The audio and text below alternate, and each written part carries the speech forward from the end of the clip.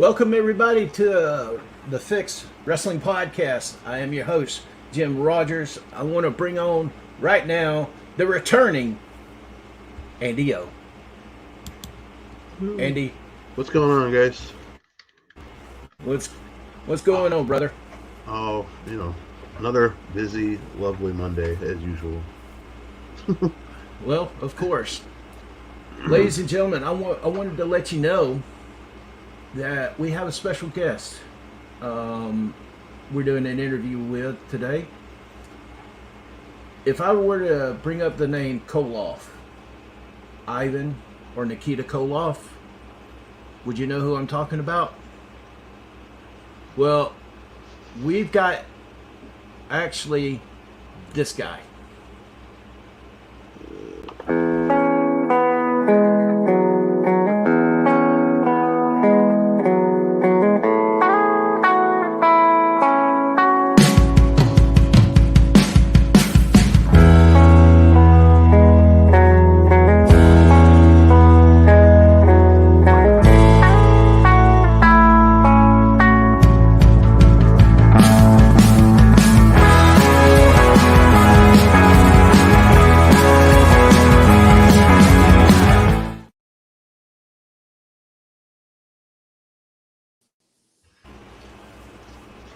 Welcome to the show, Tyson, also known as Aleksadr. I apologize. Thank you, guys. I'm glad to be here. Now, before we get started, I wanted to do a quick rundown of something. Four-time WrestleMerica heavyweight champion, Laredo Pro champion, NWA North American champion. That's a big one. NWA Southern Tag Champion, NWA Georgia Champion, NWA Atlantic Champion, and also PWA Heritage Champion. Plus, you've held some tag team gold, and wow, it's the only thing I can say is just absolutely wow. How did you get into the wrestling business? Well, I'd grown up as a fan growing up in the Georgia area, and I had boxed and done some amateur wrestling and Brazilian Jiu-Jitsu and submission wrestling, and ran into a guy that I played ball with growing up, and he was running a wrestling promotion in Atlanta, and it started just kind of as a thing for a football team I was coaching, and I did a show and then sought out actual training and went through that and got in, and just I fell in love with it as a kid and then kept it going from there. Well, who was you trained by? Because it's not out there. Is it somebody you want to not disclose or prefer not to disclose? No. I'm proud of who trained me. A guy named Crew Jones. Oh man, I know Crew. Yeah. So he trained me, and it was funny that a lot of the stuff I did early on, people kind of related as kind of like a knockoff of him, but it was we've just in real life we've got really similar personalities, and the way we joke around and everything we're very similar, and so I kind of, took on a lot of the characteristics that he had. And then, Rick Michaels helped me out a good bit. And then I always credit with the polishing stage of it to be Luke Gallows. Whenever we were working together in the Good Brothers Dojo, he really helped me to, kind of refine the edges that I still had on me. Now I saw a couple of your matches. One from the newer Continental, not the old school Continental, but the newer Continental. I also saw you in Hope Championship Wrestling and Championship Wrestling from Memphis, I believe it was. Atlanta. Oh, Atlanta. Oh, yeah. Okay. So, I know of Dave Marquez. Was he involved in the Atlanta? Yes. Yeah, Dave owns and operates all of the the name slips me. It's United Wrestling Promotions, but they're all under the Championship Wrestling umbrella. I want to say at the time he had Championship Wrestling from Atlanta, Memphis, Arizona, Hollywood, and it seems like he was going to start one other one. Oh, okay. All right. Now, I've got to ask, how did the name, how did the change from the artist formerly known as Tyson Dean to Alexander, how did that occur? Well, I'd been doing Tyson Dean for quite a while, and an opportunity came about where my, let me say, former tag team partner, we had known each other and been on shows and everything together, and he called me and asked if the opportunity was right, what I thought of making a change. And I said, it depends on what the opportunity is. And so he presented that there was with Nikita Koloff to start a tag team. And I grew up watching Nikita and Ivan and as a kid and everything, and so I jumped at the opportunity. And then even with that, though, it wasn't like a slam dunk. It wasn't just, okay, so you agreed and you're going to be a part of this tag team, you're going to take on the Koloff name. There was like a feeling out process and a testing phase to see if just the kind of guy that Nikita wanted to put his name behind. And right. Through that, talking with him and showing him matches and then showing him, what I could do in the ring and everything, that I was gifted the honor of accepting that name. That's awesome. So you're continuing on the Koloff legacy. Yeah, with a lot of pride. I don't blame you, not one bit. And I know you're still a heel, but that's fine. Andy, do you got any questions for him? So, out of all of the circuits that you've worked in, which one have you enjoyed the most? Oh gosh, it's always a learning experience and different, vibes. Whether you're in NWA or you go to these different territories, but right, based on the people you work with, I mean, they're all special in their own each individual way. Wrestle America is a place that's got a special spot in my heart because it's close to home. And then Hope Championship Wrestling, I currently hold their championship. That's been close to heart for me because it's a ministry.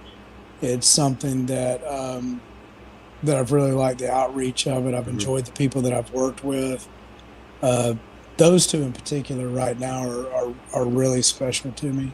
Now, have you worked with anybody, let's just say like anybody from like the mainstream, like other than like Luke Gallows, obviously? Oh gosh, yeah. I mean, have you worked with anybody who's now seen on like the bigger circuits like WWE or NXT or AEW? Yeah, I've had, I don't want to name drop, but yeah, it's, I've had matches with Austin Theory, Matt Hardy, EC3, Gunner, Rick Steiner.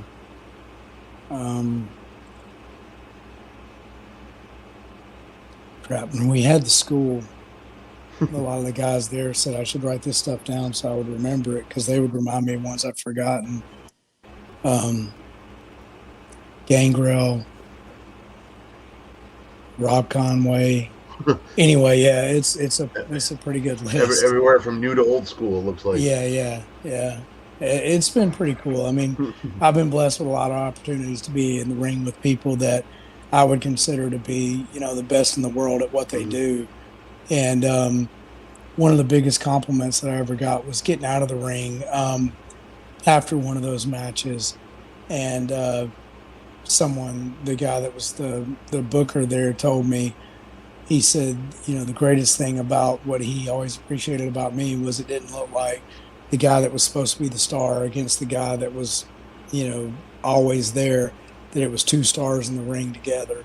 And I've always taken that to heart, that like, I didn't want it to be to where if someone bought a ticket just for that night, that they saw, whoever against me, that it was two guys that deserved that spot and that were in there together working with one another. Now, I noticed watching your matches that you use a move almost similar to I'm going to butcher this name, Kazuchika Okada's Rainmaker.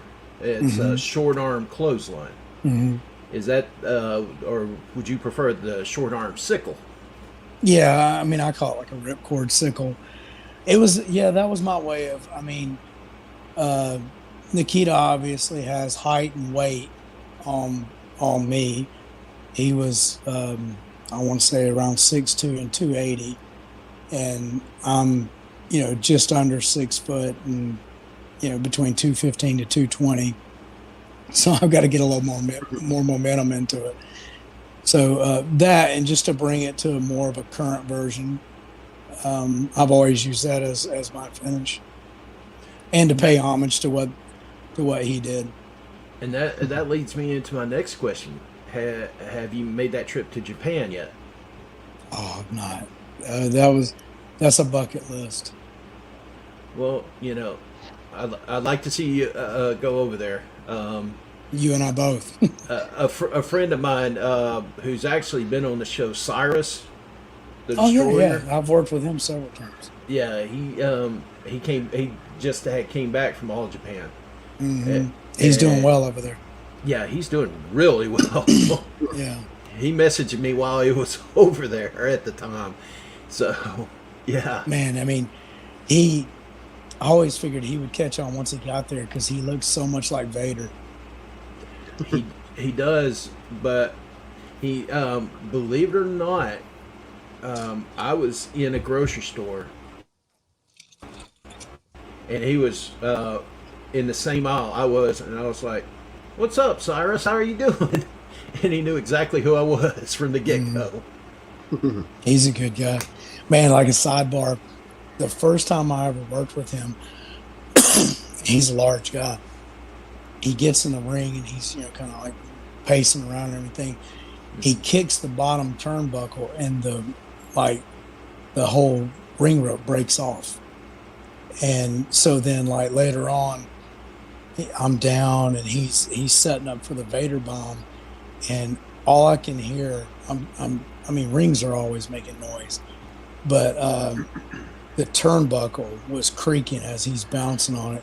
And in my head, I couldn't get it out of my head that, like, if you don't move, this ring rope's going to break, or another ring rope is going to break. This huge guy is going to land on your head and squish it, and you're done.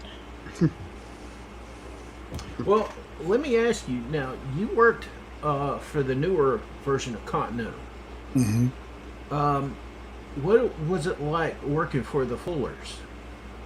Oh, it was great. So actually, Dennis Gale owned it. Okay.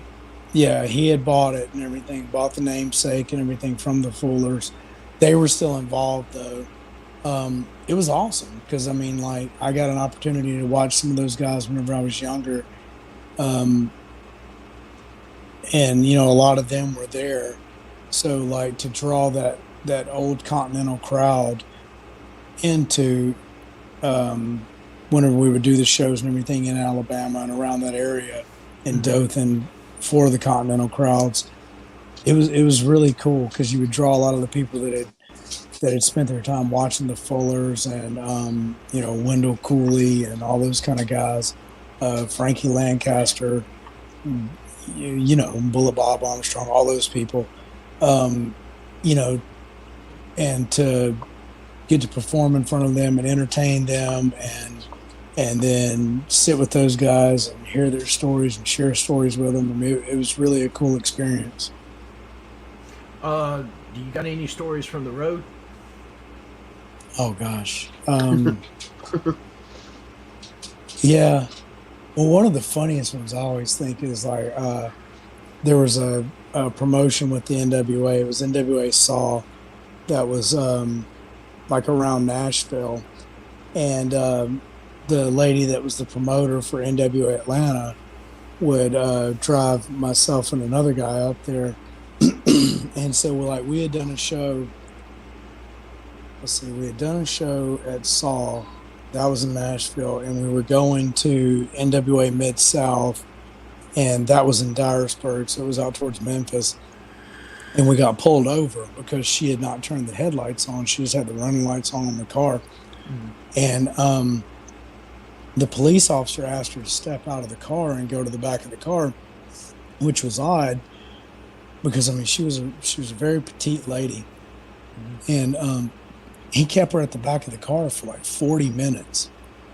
And so she finally gets back in and she thanks him and everything. And so like she just starts laughing. And I was sitting in the passenger seat, and I'm like, well, what's funny about this? And she goes, he's not been questioning me. He's been questioning you guys. And so he had her out there because he believed that we had kidnapped her and that she was covering for us because she was afraid for her safety if she didn't tell that we had kidnapped her. And so he had her outside the car trying to convince her to admit to this kidnapping that hadn't taken place because she didn't look like she fit in with us. Oh, man. Profiling. So, yeah. It was a pucker up moment. Andy, you got anything? So, like to... with everywhere so far that you've been, do you see yourself in the future ever being with maybe WWE or AEW?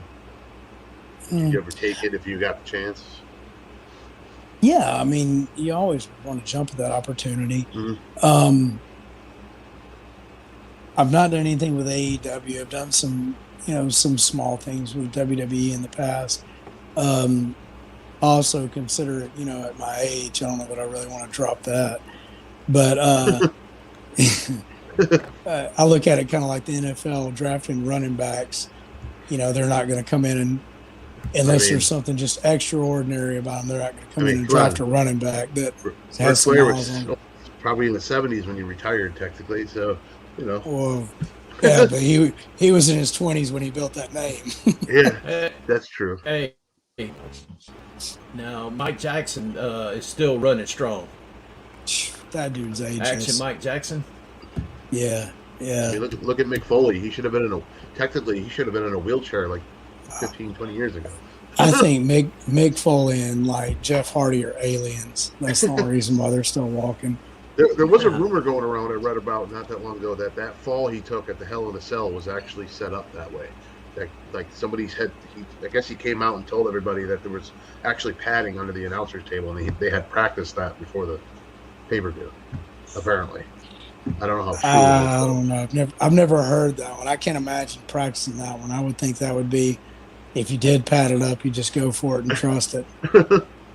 That's a heck of a fall to take. I mean, you could rehearse things, like that 15 times and still have something go wrong. Oh yeah, absolutely. With equipment or whatever. Right. So it's. What is your take on the merger between UFC and WWE? I think it'd be cool. I mean, look at some of the guys that they've got. Obviously Conor McGregor, and then the other guy's name slips me right now. I'm a big UFC fan too. I can't believe I slipped the guy's name. And I can picture him, Colby Covington. I think that's his name. Okay. Right. Just the guys. Is it Colby Covington? He's the Trump guy, and he always gets everybody fired up and everything. But just Derek Lewis. I mean, UFC.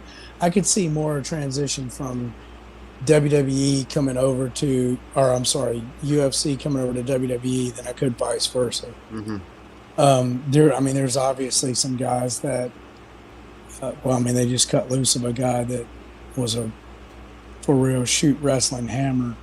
Like Dolph Ziggler was the real deal. Mm-hmm. there's some guys in WWE that would be a handful for anybody, but there's some big personalities on the UFC side that whenever their fighting careers are done, I can see them moving over to WWE and extending their life. And it's got to be hard too, because like, you know, with WWE, like everything's written out, and they have writers that write these storylines. And I don't really follow UFC, but from what little bits I do see, when you see like two guys getting ready and like they're hyping it up for a fight, like they almost look like they legitimately like hate each other. Like it doesn't seem like it's written out. I've seen some segments where two guys really don't like each other and they can't wait to beat the crap out of each other when they get in the cage. You know, I don't know how it works exactly. You know, sometimes it's like that, but I mean, like with coming with that from that being my background, I mean, if you let someone in a real fight situation start emotionally controlling you, a lot of times you've lost, because it's just a lot. There's a lot that comes along with losing control of your emotion. And especially too when you got UFC guys, like for example, let's say Shayna Baszler, she's one of the female ones that was in UFC along with Ronda Rousey. It's got to be really hard, especially when you're trained in UFC, to physically grapple people and actually try to really make them tap out. And then we're in WWE, when you do it, they're not really tapping them out. They're the way they're doing it in a way so it looks real. So it's got to be hard to control that, because like you're used to really hitting somebody in UFC versus going to WWE, where it's all more or less how you shoot the camera angle to get it to look authentic in a way. Well, that, but then there's also the part where if you've got someone that can really reach out and touch you with a real punch, they can pull just enough off of it to make it look really good.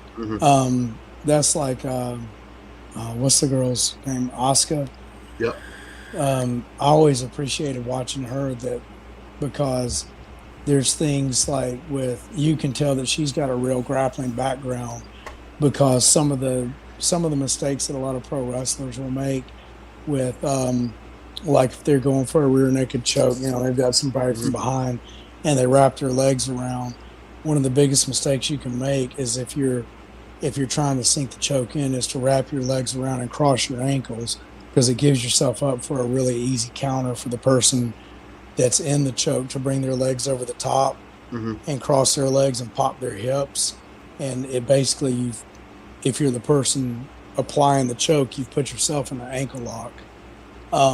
And so those are the little things that for me always pop me, because Asuka's always caught those little cues, and like she doesn't cross her ankles, and she's always done the things that were fundamentally correct, the way I like a Shayna Baszler or Ronda Rousey would. And those are things that I appreciate. I don't know if a lot of pro wrestling fans would appreciate them, but I know that I do, because I can see that she's actually got a background in it. I mean, I like a lot of the more like the high flying guys, like say like Ricochet, for example. He's like one of those guys where it's just like he knows his limits, but he can just look at an area and just be like, all right, I'm going to go from here and jump here and onto him. Like one day he just pulled it out of his pocket where like they were all outside the ring. He went from one corner, ran to the second corner across from the ring, went up and got on top of the pole from down facing the corner, and did some sort of flip out to the outer ring. And it was just like came to mind just as he was ready to do it. You know what I mean? It was just not thinking about it.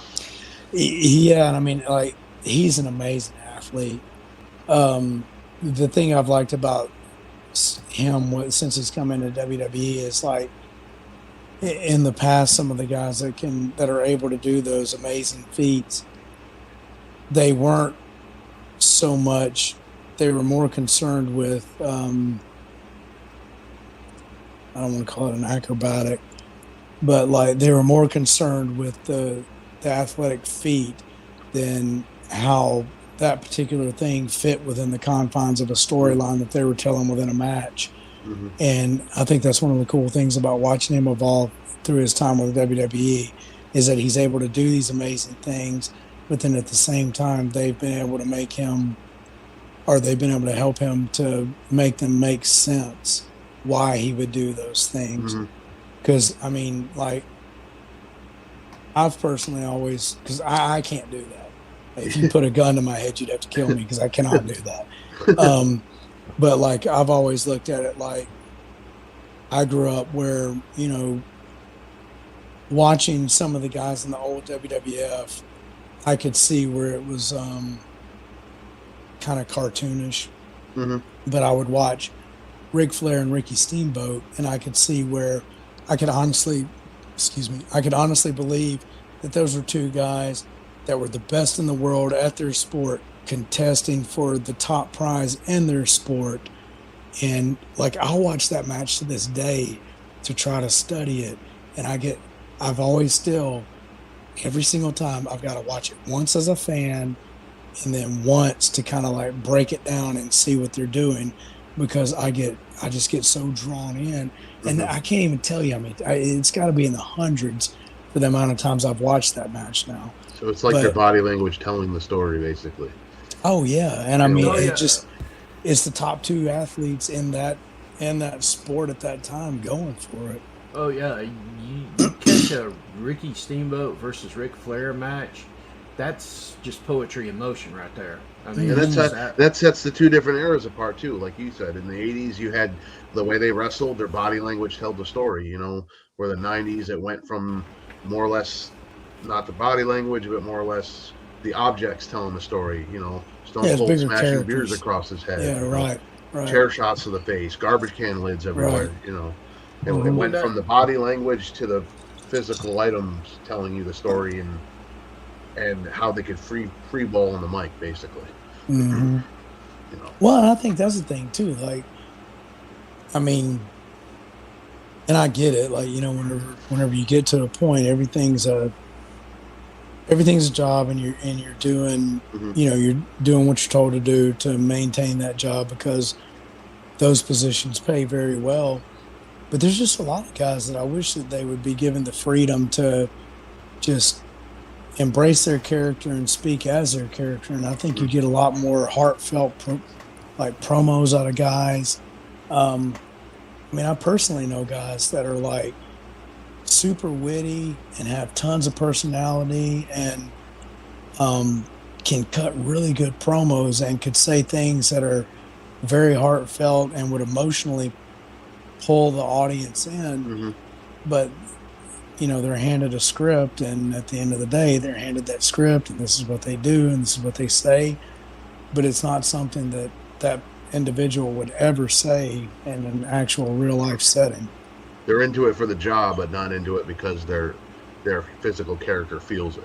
Or like Rock and Stone Cold, like they weren't really given a script. They were like, okay, I want you to go after him and then lead it up to this pay-per-view.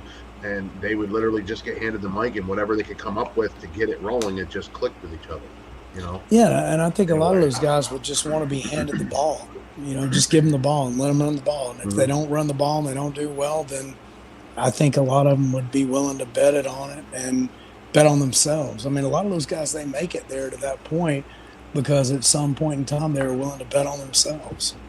Yeah. Well, as a man who's trained in martial arts, such as yourself, I know you can take care of yourself. I'm be willing to surmise you can. Have you ever had the problem of somebody trying to go into business for themselves in a match with you? Yeah, one time in particular I think of. Just a dude that was kind of a bully. And what made me mad about it was he was a good bit taller than I am. And I don't do them anymore, but I guess I could still pull one out of the bag. But I used to throw like really nice drop kicks. And I threw a drop kick, caught the guy just flush in the chest and everything. And like I said, he was a good bit taller than I am. And, so like I'm thinking about it on the way down. I'm like, that was a really sweet drop kick. And then I turn around and this dude's just like kind of like doing like Andre would do and adjusting his trunks and everything. And it flew all over me. And I remember standing there looking at him and I just lost it. I said, oh, okay, so you're just going to no-sell me. And so as soon as I did, I kicked him in the gut. and he grabs me in a headlock and punched me. We ended up tumbling out of the ring, and so like I hooked him in a guillotine choke and started punching him, and I was supposed to be the baby face, and like through that, I remember hitting him a few times and just telling him I was tired of it because he had bullied me and a few other guys, just because he thought he could get away with it being bigger. And it was funny, of all things, it was not a quit match. And I asked him, I said, all right, well, you think you can do the right thing now? And he said, yeah. I said, all right, run my back into the side of the ring, cut me off. And so like he does that, and we go back into the ring, and but I think he was kind of freaked out, like most bullies are, and so I ended up looking like the heel because he wouldn't really do much the rest of the match. But yeah, that was the one time that I think that might have been the only time that ever happened to me. Now, let me ask you, and there's a lot of professional wrestlers out there, both independent and on the main stage, who have had basically injuries and are basically, if crippled if they're in their 50s or 60s. Mm-hmm. How do you prevent yourself from going down that path of being, crippled, or something like that? Is there something that you prepare for, or? Yeah, I mean, it's kind of like the old saying, a body in motion stays in motion. I just try to keep myself in the best shape that I can. I've had a lot of injuries. I've torn both of my biceps. I've torn meniscus in my left knee, tricep in my left arm. That's the only surgery that I've required. Messed my neck up, my back, concussions, broken hand and junk like that. But it's just always trying to stay in the best shape that you possibly can. And then as I get older, just kind of, knowing my limits. And whenever I was younger, not really necessarily saying, I don't think that's something that suits me. Whenever, you're talking through and calling a match. Now I'll try to take what an opponent does and the things that he does well, and trying to match them up to things that I can do, so that we're able to each do our best performance, but at the same time, each of us walk out of the ring safe. Mm-hmm. Yeah. I ran into this situation, and it took the guy back. I'm not going to name no names, but had this guy come in, pretty popular guy at the time, and he was wrestling a younger guy, but a guy that was over in that area, and the younger guy goes, "What can I do to make you look good? How can I help you make this match look good?" And that main event guy just kind of was just taken back. He said nobody's ever said that before. Mm-hmm.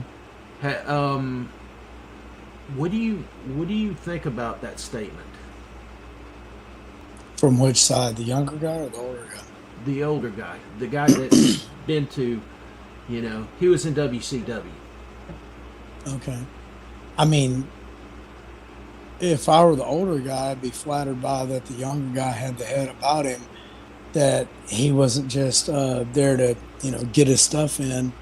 He was there to work for what was best for the match, both guys in the match, and to entertain the crowd.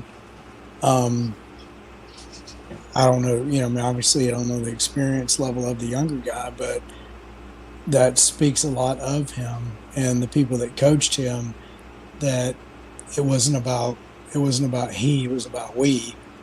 And he was concerned with that. I think that speaks volumes for him, that he was more willing to look at what the abilities of himself and his partner for the night were, rather than just what he thought the cool thing he could do would be.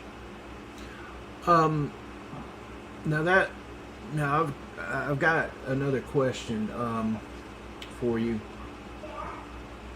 What do you think when you hear a 10, 11, 12-year-old, want to be a professional wrestler? What does that do to you? I mean, do you dissuade them or do you encourage them? How? No, I would encourage them. I mean, man, it's a dream. Like, think about it. So there's so many people that want to do that. You look at what does WWE draw on an average night for whatever a full packed house is, from Monday Night Raw all the way to WrestleMania. I mean, whatever the average of that would be. And I would venture to say that, like, most all of the people in that audience at some level have dreamed of being the person that's in the ring that they've paid to see. And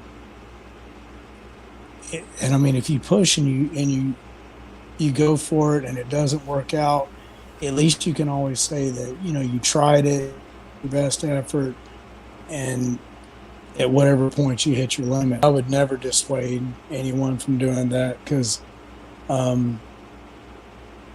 honestly, there's things that, like, early on, like, I left on that I wish I would have done differently, but I mean, they are what they are now.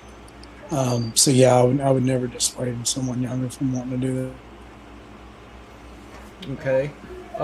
Andy, you got anything? So you seem like, obviously, by what I've been hearing, you're more of like the old school type wrestling, more of the grapple style wrestling. And what is your take on, like, let's just say like a company like Combat Zone Wrestling, who uses nothing but like weapons, and basically it's a plethora of just different household items. So that kind of thing, like, I'm not against that. If it's something to where, like, you and I had been doing something, and we had I'm the heel and you're the baby face, whatever. And we had a match, and you're close to getting up on me, and I do something to get disqualified. And then we come back and we do another match, and we've done a time limit draw. And then we come back and we do a third match, and me and Nikita hits the ring, and you get whacked with the signal, and the referee's down, and I cover you, and another referee slides in and gives the pin, or the referee wakes up and gives the pin, whatever. And then they put us inside of a cage, and you're allowed to use all these weapons. That, I think, is awesome. Built a story, and you built to the point that these two guys have so much tension between them that the only way you're going to settle that is through a match to extremes, that you have to do these things. And that, I think, is great. The thing that I don't particularly care for is if, like, you and I are booked at that place, and the first night we show up, they're like, all right, you guys are going to go out there, and you've got barbed wire and glass tubes and tables. And I'm like, man, why am I mad enough at you to hit you with that? Because this guy's going to pay me this, or why am I that mad? Because, like, that's the thing that's never made sense to me. I mean, because a lot of people, some people like it from the creativity aspect of how they can utilize the different light tubes and weapons. Some people what's creative about it? That I can get a light tube in the head, or because I can put on an athletic performance? Like some of the videos I've seen where they've been able to create, like, different setups, like how they create the setup, not necessarily the item. Like for instance, one video I remember watching, it was a bunch of light tubes, but they were all taped together in the form of like a ladder, and then the guy went through them like a layer of tables, And some people consider that what they used to consider ECW, which was garbage wrestling. I know over in Japan, stuff like that is really hot in some aspects. Correct me if I'm wrong. I know they used to use, almost looks like shish kebab skewers you used to see, like, and they're putting them in each other's forehead. I don't really understand that kind of aspect, but I just like seeing the creativity of like how you could just take a table and a trash can and use it to the full extent that you can use it to. Some of that kind of stuff, whenever there's not a story behind it, I think you might as well grab a lawn chair and a case of beer and sit on the side of the interstate and wait on wrecks. That's what it seems like to me. It's human car wrecks. Basically, Andy, I think what Alexander is saying is, if it's like a built up to a final match, where you have, in other words, if he is wrestling another person, and somebody or a group of people come in and just jump him, and because he pinned somebody in a, I guess, in an unconventional way or something. I don't know. And what had happened is his character turns from heel to baby face to deal with this situation, and they have several matches. It may just be a standard match that double DQ. They fall out of the ring, whatever, and then it builds up after maybe 3 or 4 matches until, okay, we've got to put these guys in a cage match, because there's no way the arena can contain them. In other words, it's a cherry on top of a It's not just the ring's full of stuff. Here you go at it, start beating the hell out of each other. Andy, go back and watch. It's on the Peacock Network. Watch some of the war game, like the Crockett War Games pay-per-views. But before you watch that, go back and watch the I think it was called WCW Saturday Night, but go back and watch the things that led up to that, where like you had the Horsemen against the Road Warriors, and Lex Luger, and I think Barry Windham was one of their other teammates. But watch what they built up to that. The Horsemen had ran roughshod over these baby faces for nearly a year. And then they get this opportunity that they're all locked into a cage. It's all a team. It's 2 rings, 1 big cage, and they're just beating the brakes off the heels, because the heels couldn't have their buddies all jump in at the same time. They couldn't do, that's what the cage was for, was to keep that outside interference, from being able to take place. And that's what the beauty of it was. The cool, Jim, you were talking about West Georgia. One of the greatest things I'll ever get to do was at Peach State, and I wrestled.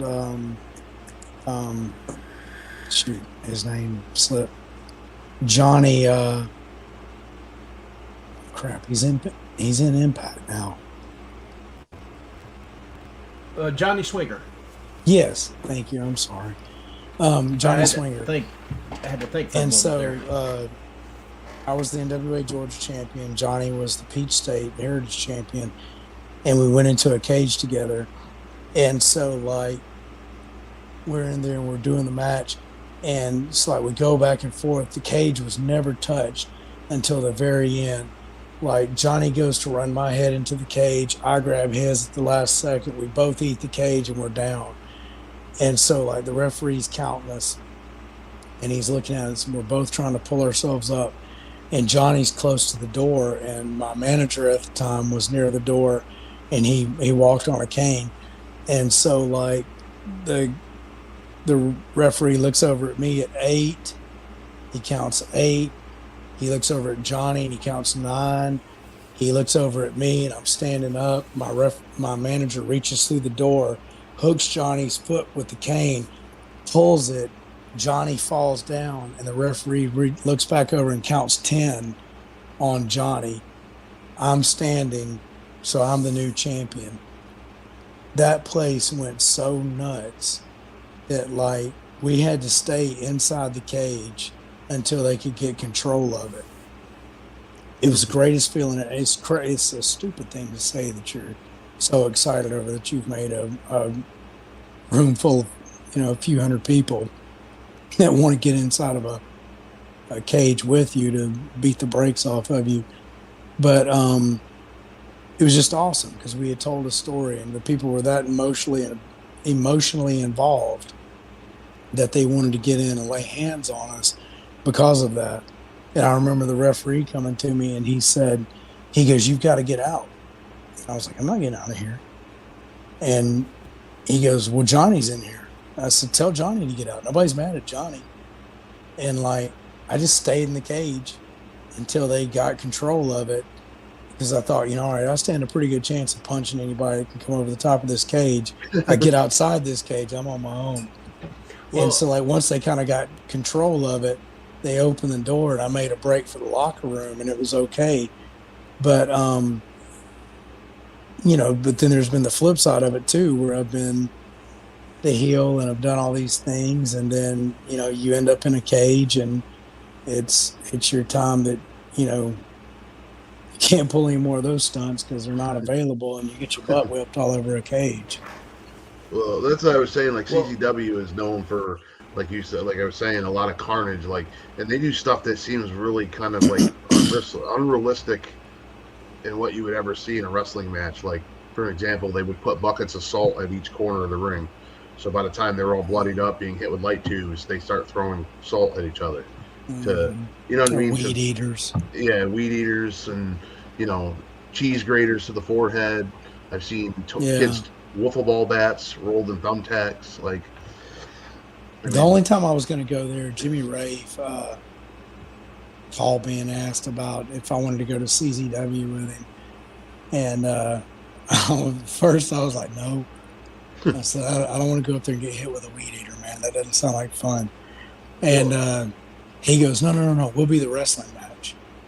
And I was like, yeah, if it's you and I and we're the wrestling match, then yeah, I'll do it. But no, I'm not wanting to go up there and all the stuff you just said. I don't want to go up there and take part in that. I mean, they do it. The only thing I really like that they do is they utilize the 2-ring system a lot, especially with a cage going around both rings. Mm-hmm. I do like that aspect. I mean, the weapons can get a little bit gory. I just like seeing what they can do with having 2 rings and be able to utilize all the aspects of having that much room. You know what I mean? Go back to War Games. Watch War Games. Interesting thing, Alexander. You were talking about your situation in Peach State that you had in the cage. Well, another one happened. Matter of fact, it's on YouTube. Happened to a gentleman who attacked Dusty Rhodes with Ole Anderson and the Assassins, and they didn't want to get out of the cage either. It was a wrestler named Ivan Koloff. So history kind of repeats itself in that, and it's kind of ironic if you think about it.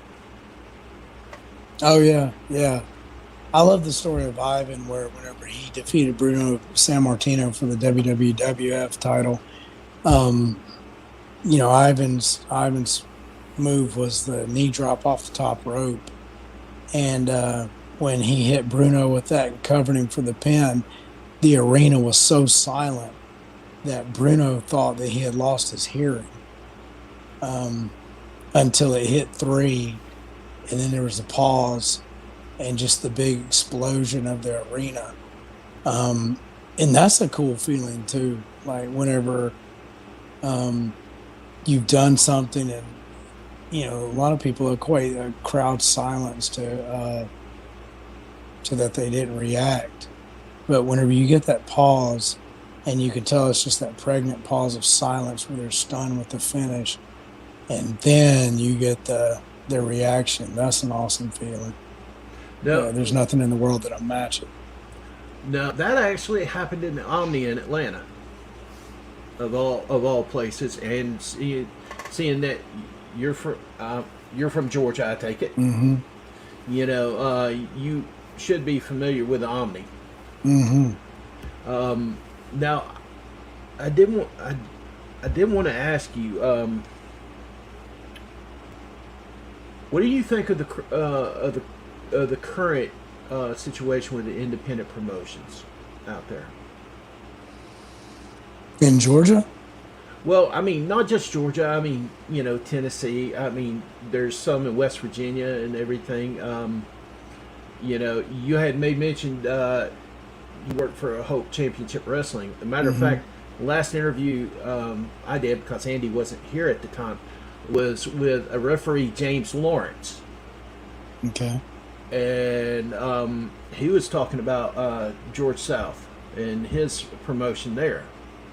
What do you think about the independent promotions? Do you think it has taken over for the territories, since WWF can't be in like all places at once? In some ways, yeah. Um, I wish that a lot of them would work together more, just because I think at times it would be better for everyone. Uh, I mean, selfishly, I wish that, and I'm guilty of it too. So whenever I'm pointing one finger, I've got three aimed back at me.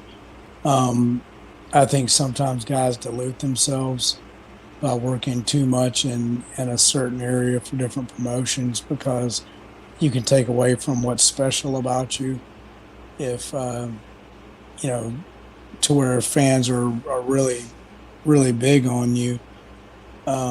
If they can see you this weekend, but if it's not convenient, then, well, you'll be at, this place just down the road the next weekend.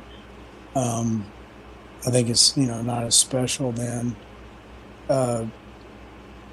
But I mean, I think there's a lot of them that do, there's some of them that are really bad with letting guys that I'm big on. You don't have to be a bodybuilder. You can be a big guy, like all shapes and sizes. There can be some smaller guys if they're in shape. But like I'm big on that. Like you need to be the part and look the part. But then there's just some promotions that they'll just put anybody in a ring that's willing to get into a ring, and like I particularly just cannot stand that, because I think it's insulting to the guys that have put the time in to work and really train to become good at what they do. And I always look at it like, like I grew up as a wrestling fan. So if I weren't in wrestling and I wanted to take one of my kids to see a wrestling event, and I showed up and some of the guys, like what I'm talking about, that don't portray the part correctly, are in the ring. Well, if that's your first exposure to anything that's not the, WWE, AEW, NWA, Ring of Honor, New Japan, whatever, it's going to be a huge turnoff. And I don't think that's fair to a lot of the guys that, put the time and the work in to really be able to hold their own with anybody, anywhere. Well, speaking of kids, let me say this. A lot of wrestlers who have kids do not take their kids to the events. Mm-hmm. Have you taken your kids to the events? Oh yeah. Yeah. So all of my daughters have been at least once to see me perform. I've taken my oldest son with me several times. Now my youngest son, I mean, he comes along with me pretty much anytime I'm within driving distance. But I mean, and that's kind of like my measuring stick too. Like if I don't feel like I could take my wife or one of my kids along with me to a show that I'm on, that I don't need to be on it. And I mean, I've just kind of reached that point in my life that, my faith and what my family means to me, that means way more to me than what a promoter's going to pay me for an evening. Well, how do you keep that? How do you keep that backstage, you know, kayfabe to your children? Do you do so? Yeah. I mean, to an extent. Um, I've let my son understand that, because there's one guy that's a really good friend of mine, and we've had a ton of matches together, and um, he's honestly my favorite person to be in a ring with. And my youngest son couldn't stand him for the longest time just because of that. Yeah. Uh, but after a while, he just, he kind of caught on and saw what it was, and then, but at the same time, he's been there with me whenever it was just a show that we had traveled to, and the guy that I was working with, I was just going to be the guy that I worked with for that night, and we may or may not ever see him again. Um, and so like he kind of understands what the deal is. So, I have another question. So, Go right ahead. if you one of your let's just say one of your kids came up to you and said, "I want to wrestle," I mean, how would you feel about that? Like, for an example, I know like Mick Foley did an interview where his daughter wanted to wrestle, and he was against her training and didn't want her in the ring because he didn't want her to go through and end up down the path like he did to get to where he was. Like, Mick Foley literally beat the crap out of his body to make a name of himself. So, Mhm. I mean, how would you, like, obviously you've done a lot of this stuff, and obviously if one of your kids wanted to do it, you would be able to kind of guide them in the way of, these are the do's, these are the don'ts, this is what you want to focus on. Mhm. I mean, what would your take out be on that if one of your kids said, I want to get in the ring? Especially if you went through a lot of things like Mick Foley where, you lost an ear, or you've broken almost every body in your bone just trying, or every bone in your body, excuse me, Right. trying to get, somewhere to make a name for yourself. Well, I mean, I look at it like, because my parents always wanted me to kind of play it safe, and that kind of, I guess, to have that dream wasn't really encouraged.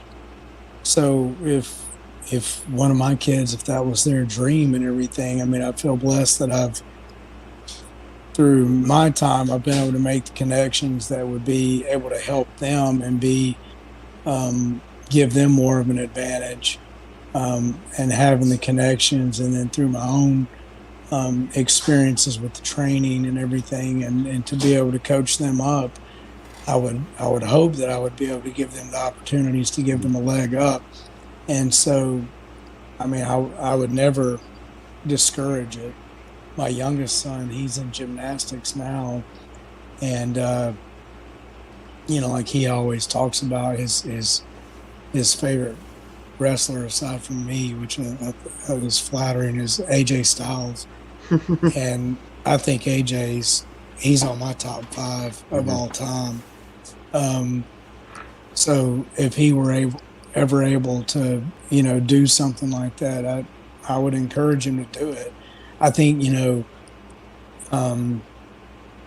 where, some of my friends that have made it didn't have a B plan. Mm-hmm.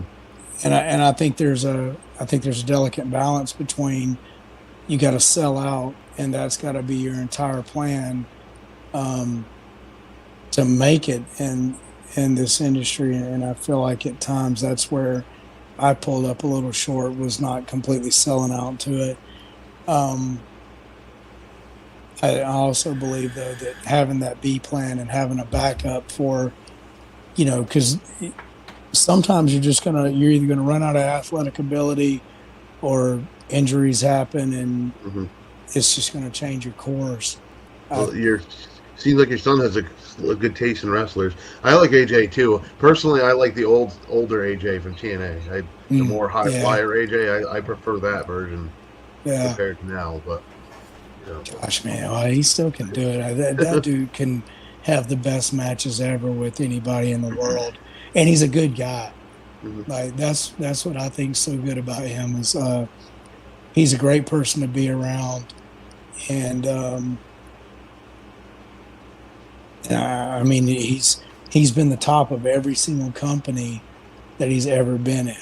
And so whenever you're looking at a guy to be on a Mount Rushmore of who's who, I can't imagine why he doesn't get talked about that more. Hmm. Well, I mean, Believe it or not, he started in CZW too. That was one of his first promotions. Or one of the first promotions when he started his career. Yeah, he started here in Georgia at yeah, NWA he started Anarchy. with NWA Anarchy, or Wild Side is what it was called at the Right. time. Yeah, I'm sorry. Yeah, Wild Side. Yeah. And before we let you go, Alexander, we're gonna do something. I'm gonna take 5 wrestlers. Andy, you take 5 wrestlers, past or present. Mainstay wrestlers, and give me your honest opinion, Alexander. First, almost like a word association. Your first, your honest opinion of the wrestlers, what your take on them, and what you think about them. Okay? I'm going to go first with the American Dream, Dusty Rhodes. Oh gosh. One of the most charismatic guys ever to be in the ring. A guy that was the epitome of, you didn't have to be a body guy. His charisma was just larger than life. Such a smart person, did so much for so many others, for putting them over and being smart enough to always keep himself in really good positions. Eddie? I'm gonna go. I'm a '90s guy, so I'm gonna go with one here that never really got a lot of recognition. But how about Steve Blackman, mixed martial arts? Oh, yeah, Steve Blackman was cool. I always liked that he was like a really jack dude, Hmm. and then he had a cool karate gimmick. The only thing that I ever remember really sticking out to him was like he looked cool and he had a cool gimmick, but he didn't have a lot of personality Hmm. that really would draw you to him. He looked like more like a guy you would have found at like the mall security kind of thing, like nightclub, like bouncer Yeah, yeah, type yeah. deal with a karate The dude you background. didn't want to mess with wherever you ran into him. Um, I guess my next guy I'm going to go with, and this is a guy that was kind of popular in the '70s, Mr. Wrestling number 2.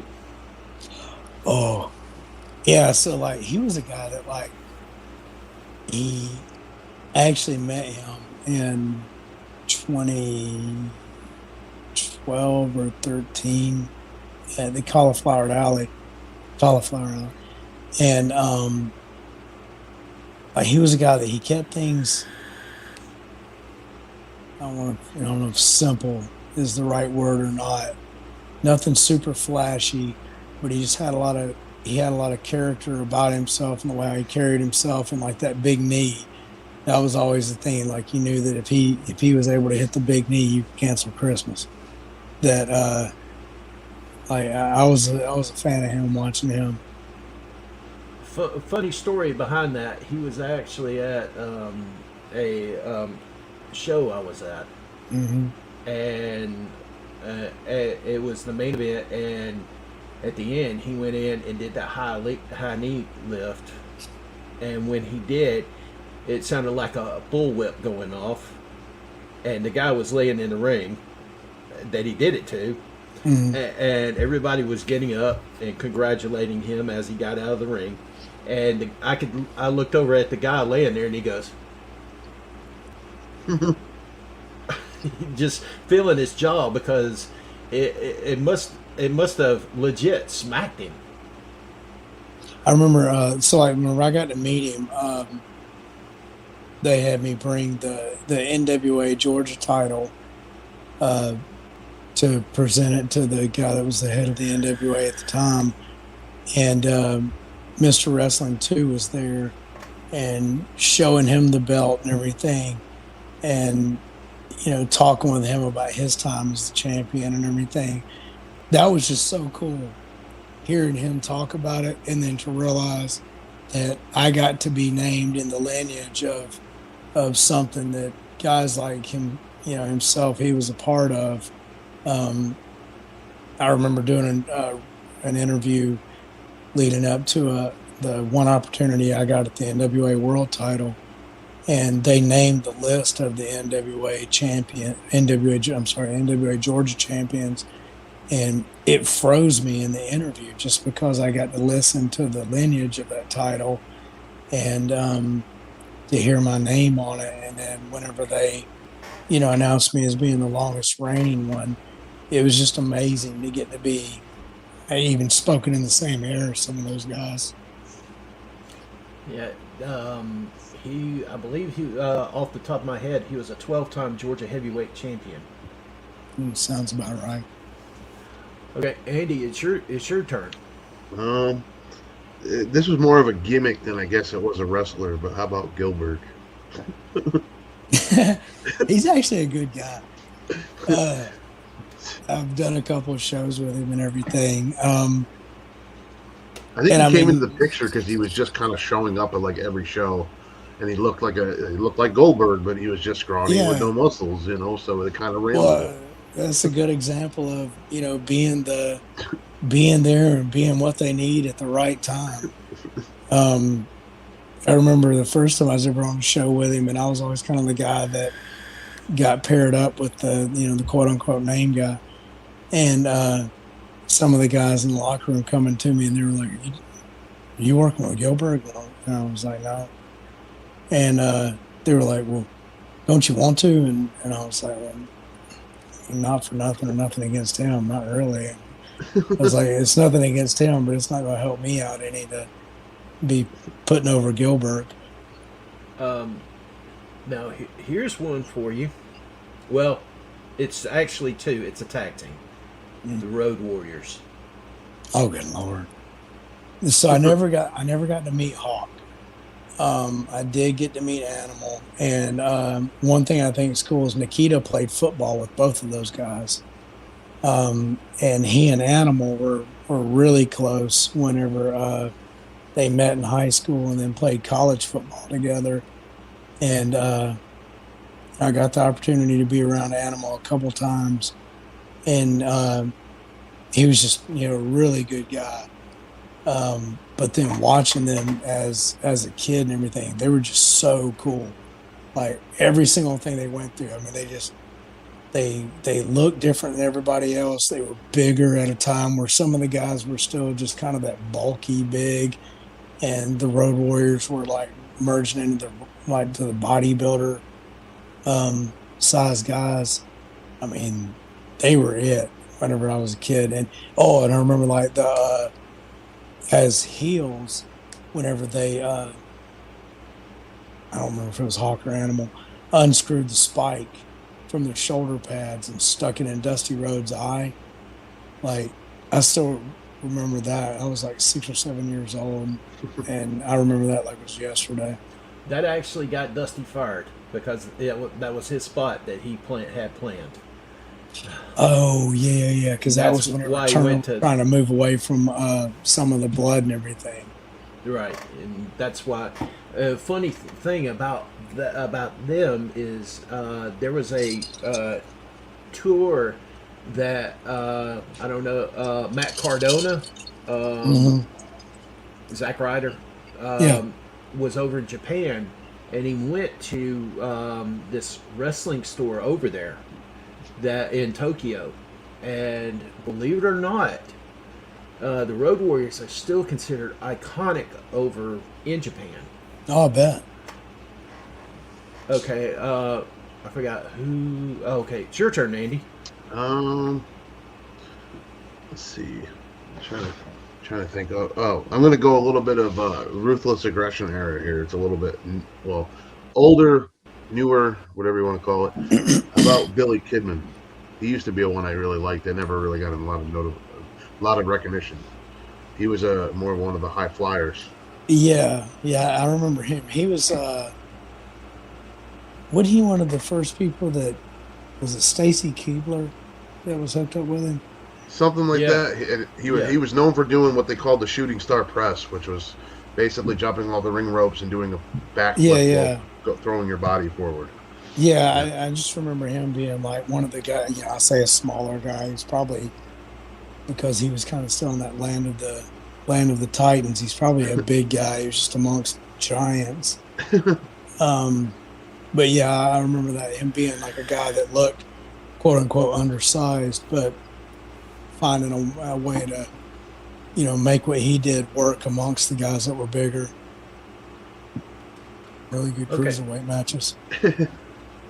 Okay, here's one for you. I'm gonna throw a big one out. The Nature Boy Ric Flair. Oh God, the GOAT. I mean, like, that's my guy. Like, watching him and his matches with Nikita, where like Flair could be the heel one week, and then you just pair him up with the right guy, and he's the baby face the next. His matches with Nikita and Dusty Rhodes, and his matches with Ricky Steamboat are my favorite of all time.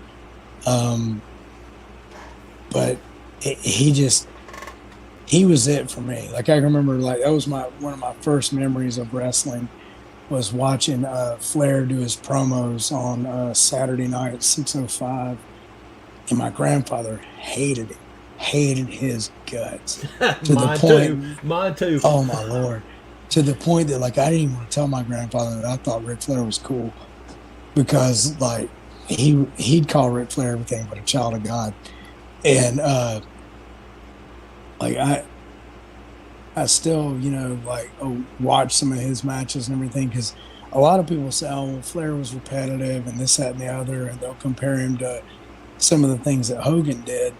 But like, Hogan was working in one region with guys that Vince McMahon had hand selected from around the country because of their talent.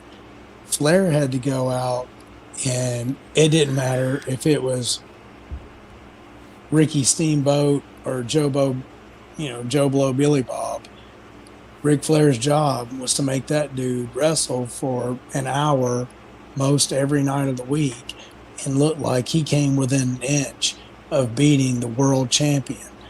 And that's why, like, growing up, the NWA was always my thing, and I loved watching it, because to me, like, Flair always represented that. He represented what would have been the best professional wrestler in the world to me.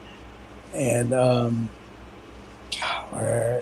the ropes, the flash, all that. Like, I think he's the best.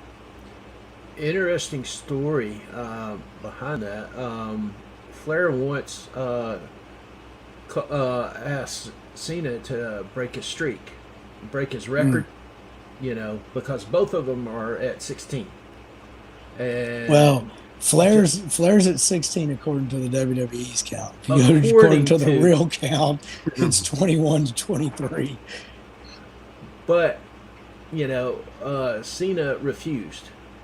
He absolutely refused to break that record. I can see that. He said, no disrespect, but you held that for several years. There's no way in the world I'm going to break it. Mm-hmm. Andy, you got one for him?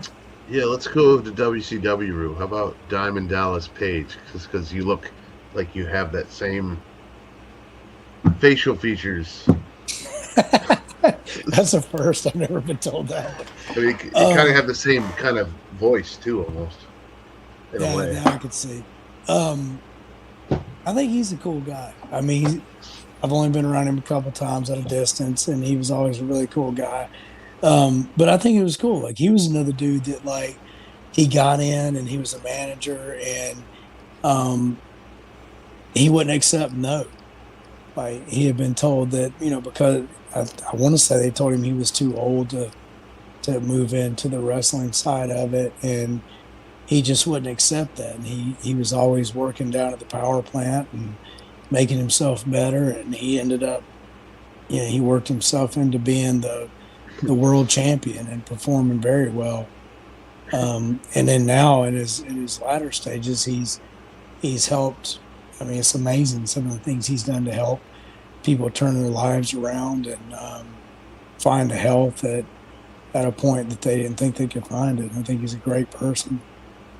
I can remember like it was yesterday. It's not a good thing, or it's not a bad thing. It's a good thing. That's what one of his little catch lines he always used to say to everybody. Okay, my final fifth one, Roman Reigns. Oh, he's awesome. Like, now that they're not trying to shove him down everybody's throat as a baby face and letting him be him, I think he's a guy that he shows that they're kind of giving him the freedom, or no pun intended, they're giving him the reins to be who he is and comfortable as a character. I think it's awesome. The only thing I don't really like that they've done with him is I think it's stupid to have created a world. What's the new one? It's the new world heavyweight belt. World heavyweight title. Like, I think it would have been a better idea to create the world heavyweight title, put that on Roman. If you're going to have a Raw and SmackDown title, split them back up, put one on each brand, and then Roman bounces in between, and whoever's the number one contender, he defends against that person at that time, rather than putting two titles on Roman, calling it the undisputed heavyweight or whatever they call it, undisputed championship, and then making a world heavyweight title. Well, it's not undisputed if within the same company you've got two world champions. But like, he's a dude that, like, I love what they're doing with him. He's special. And now that they're not showcasing him all the time, they're getting back to where whenever he's on a show, it's special. And he's the kind of athlete that it's special to get to see him. You don't have a handful of Roman Reigns. You've got, one. The hard part with that is that I think they can't come up with a higher ranking type of title or name for a title.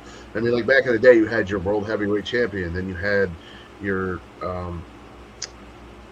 undisputed champion, and then you had your unified champion. And the problem is they can't come up with a name that sounds bigger and badder than a universal champion. I mean, this is my stupid wrestler brain. If I were doing it, I would have the world heavyweight champion, and that would be Roman.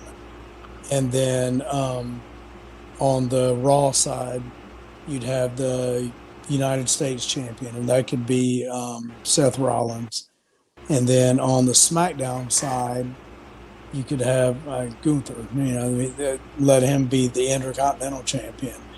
And it would be kind of like back in the old territory thing where you would have with the NWA, you'd have the world champion, you'd have the United States champion, you'd have the national champion. And the whole point of those titles were, except for the few major cards a year, you would have Ric Flair in a city, he'd be defending the world title. You'd have Magnum TA or Nikita Koloff in a city, they would be the top of the card with the United States title. And then in another city, you'd have like a Tully Blanchard, and he'd have the national title. And that was the whole point of those things. They'd run 3 different cities, and they would have a title at the top of each card. And then a few times a year, they would come together, and all those titles would be defended, or the United States champion or the national champion would contest for the world title. And that's how I would split it. I think it takes credit away from a title whenever you've got several world champions.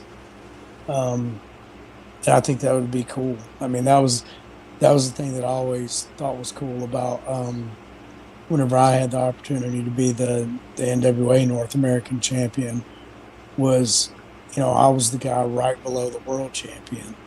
And, and that was my job, was to bring attention to the NWA on cards that the world champion wasn't able to be at the time. Well, interestingly enough, in that addendum, and I know, Andy, you got one more. In that addendum, that's what they did with the Georgia title, the Georgia heavyweight title, is he would travel around the states. But back in Georgia Championship Wrestling days, they had a promoter that was part of Georgia Championship Wrestling named Fred Ward. Mm-hmm. He ran Columbus and Macon, Mm-hmm. and he would have a city champion, such as and you can actually look it up. There was a NWA Columbus heavyweight champion and an Right. NWA Macon heavyweight champion. That I remember, but back then, in the Georgia Championship Wrestling days, everybody had a championship belt. Mm-hmm. I literally saw a show, it was on YouTube, where you had the World Tag Team Champions, United States Tag Team Champions, and the State Tag Team Champions, the Georgia Tag Team Champions, on one show. Yeah, and see, I mean, I think to a point, like, that gets to be too much. If there's a promotion that I've worked for a good bit out in Texas, that, like, I was looking at one of their flyers the other day, and everybody was some sort of a champion. And it's almost like in our society now where everybody gets a trophy. If everybody's a champion and nothing special about being the champion, I think you need a main champion and a mid card to intermediate champion, and then I like the idea of tag team champions. But like when you come up with like what you just said, I mean, if you're going to see those people week in and week out, there's nothing special about it. And nowadays you have AEW has the trios champion, so it's not just two anymore. I don't it's get three. that. Andy, your final wrestler. I'm gonna go with, because I would be interested to see what your take would be if he was still with us, is Owen Hart. Where do you think he would be at today if he was still alive? Because he was a good wrestler back in the '90s, but I don't think he was appreciated, as much as, like, say, Bret Hart or Yeah, he definitely wasn't. I definitely think he wasn't appreciated for his abilities. I think he had more character than Bret did. He was like the annoying little brother that took advantage of being younger and knowing that he was younger. By now, I would think he would still be contributing. Like, is that what you're asking? Is like, what would he be doing today? Like, what would he be doing, or where do you think he would have ended up in the end of his career? Like, do you think he would have been like Bret Hart, where he was, kind of got screwed out and pushed away, or kept fulfilling his full career and ended up being, a multi-time big champion, or maybe things would have worked out differently with Bret Hart had he still been around, because they would have been a tag team. Yeah, I mean, I could see all those things. I could see Owen making it to being a world champion, or like you said, doing some things with Bret as a tag team. I definitely think if he were around today, it would have been foolish to not have him contributing as an agent in some form, because like caught on as we've been talking that you're into more of the high flying type of wrestling. And Owen was certainly capable of doing that.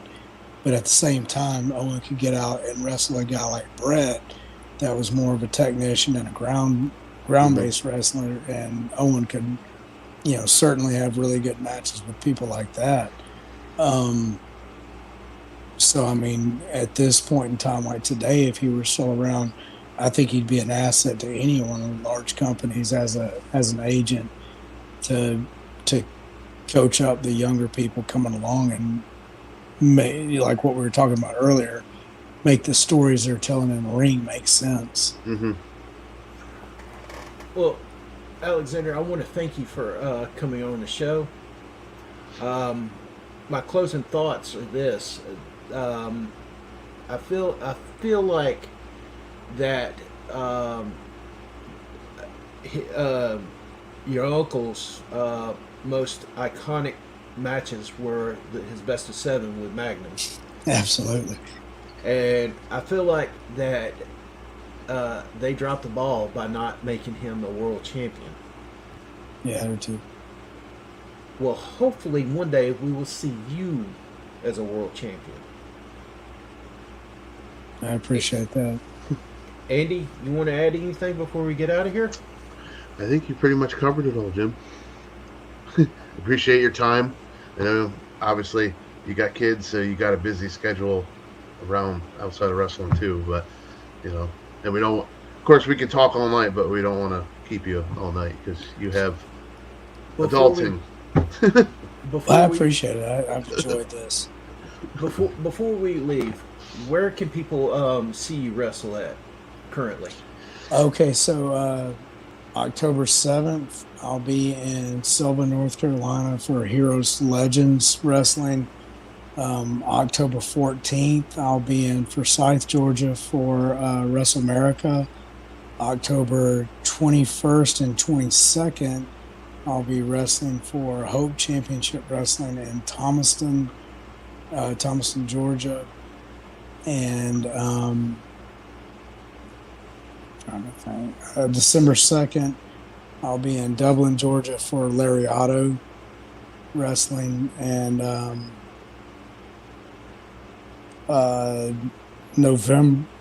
late November around Thanksgiving, I'll be at WrestleCade. All right. You got a full palette. Yeah. Very full. Very full. Sometimes I feel like I'm not smart enough to read a calendar and give myself time off. Well, Alexander, I want to thank you for this time. When we go off the air, I want to thank you properly before we go off the air for your time. We greatly appreciate this, ladies and gentlemen. If you're in the area to see Aleksadr Koloff wrestle, go check him out. Although he is a heel, chances are, if you can get word to him that you saw him on this podcast, I'm sure he'll be more than happy to at least give you a grunt or something. Maybe. We'll see. Maybe. Well, Andy, you want to take us out? Yep. Thanks again, guys. If you would, hit the like, share, subscribe button. Hit the notification bell for the next show, and we'll see you for the next one.